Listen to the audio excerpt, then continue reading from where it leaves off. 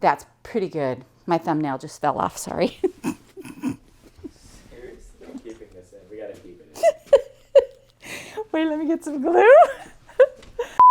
Hi everybody, it's Jenny from the Missouri Star Quilt Company, and I've got a fun project for you today. Take a look at this quilt behind me.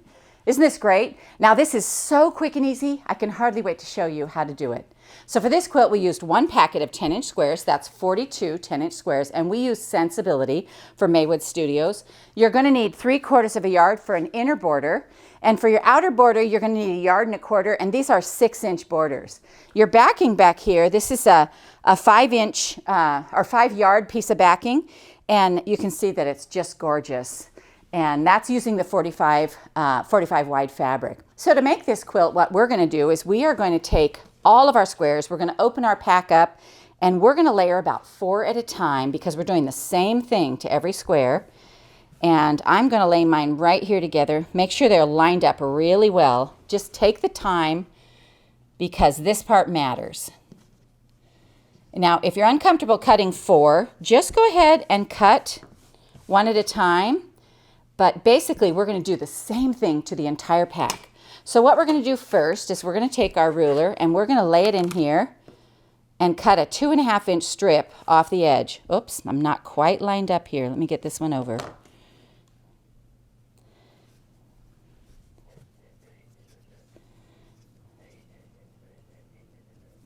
All right, there we go. All right, so now we're going to lay this ruler 2.5 right along that edge. And I'm just going to cut a 2.5-inch strip off here, and we're going to set those over here. And then I'm going to turn my square, and I'm going to cut a 2.5-inch strip off the top. And these are going to go right here. And we're going to do this to our whole pack. And then what we're going to do is we are going to take these. These should be a 7.5-inch square. And we're going to take these, and we are going to sew mix them all up, and sew our borders back on. So basically what we're doing is we're bordering our block just with 2 cuts. We're going to border this block, and you want those borders to be scrappy and stand out. And so what I did is I'm going to take this one here. Oh, look, this has lilies of the valley. That's so cute. That was my grandma's favorite flower. And I'm going to sew this piece back on here like this. So we're going to take and lay those right together, come to the sewing machine and sew 1/4 inch.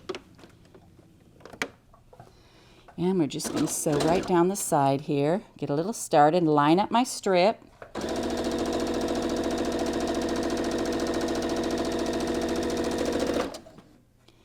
And then we're going to trim our thread, and I'm going to press this back. So now what I'm doing is I'm setting this seam, and I'm just going to iron this back like this. And then we're going to add the side piece. Now, you can do them the same, but on the one behind me, I chose to make it scrappy. So I'm going to take this green one and put it along the side. Now, you can see right here, it's a little bit longer because we've lost a 1/2 inch when we sewed this.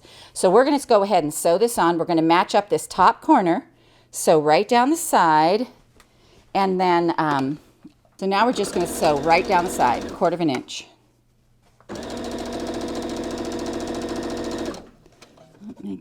Make sure that's laid down. All right. Now we're going back to the ironing board, and we're just going to press this open like this. Just like that. And now see this little piece right here? We're just going to trim that off. So lay your ruler, let your square be your guide, and lay your ruler right along the edge. Now, and your block is done. Look at that. Your block is done. Now, I would really qualify this as a beginner quilt. People ask me all the time, what's a great quilt for me to start on? Well, the best one is to start on just sewing squares together. You know, get yourself used to the fabric. But this is just one step up, and it's so easy. But I love the scrappy look it creates, and I love the finished sashing look it creates. So on our quilt here, you can see we have a square, and we have sashing, but when you put those squares together like this, it literally sashes and, and puts a sashing in between and on the top on every quilt block, so you don't have to add those. You're just sewing blocks together. So let me show you how we did that. And remember, you're going to do this to your whole pack, your whole package. You're going to cut your top, cut your side, sew them together. So then when you put these together, let me look at the quilt to be sure. So the way I did it was, and I do have to look and remember how I did it because I do so many that it just like slips my mind.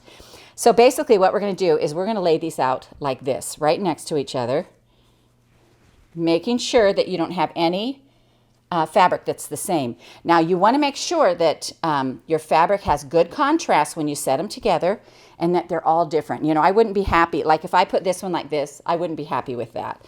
So we'll put a different one in here and then you're good to go. So you're going to have 1, 2, 3, 4, 5, 6 across, 7 rows. That is 6 by 7, that's 42 squares, and that makes a quilt that's 69 by 78. So if you didn't want to buy a lot of yardage for your backing, this would be a good one to put one of those 108 pieces on because you'd need about, I don't know, 3 yards of it, and you'd get a 108 by 108 piece, and then you could just put that on there, and that would be really easy.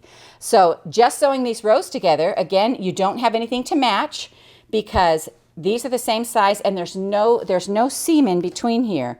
So you don't have to match any of it. You literally are just going to sew this one to this one, and they should square up at about 9.5 inches unfinished, and it just makes a quilt so quick and easy.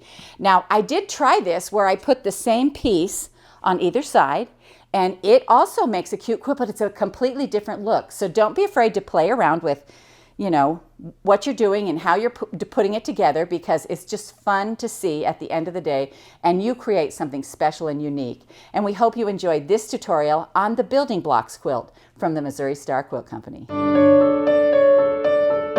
So I just wanted to take a moment and talk about some cutting tips, because people ask me all the time about how to keep your ruler steady, and I mean just lots of questions about the cutting. So what I do is I'm going to lay my ruler here, I'm going to adjust it to exactly where I want it, and I'm going to place my hand so half of my hand is on the ruler and half is off on this mat. Obviously you have to do what works best for you, but this is how I do it, and then I make the cut. Now my rotary cutter stands straight up next to my ruler, and I'm going to make the cut like this, okay, and just go.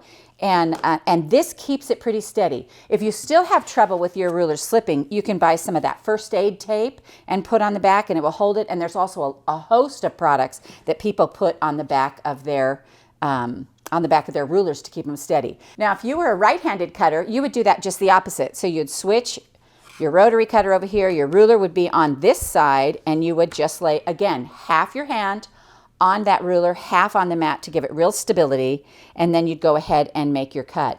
You can also come in like this, and if you're using your mat as your ruler, you could come in. We needed to make, for this quilt, we need to make a 2.5 inch cut. You could put it in here like this and cut this way. So just make sure when you're cutting that you're safe and that you're doing what feels comfortable to you, because there's lots of ways to do it. So we hope you enjoyed this pro tip from the Missouri Star Quilt Company.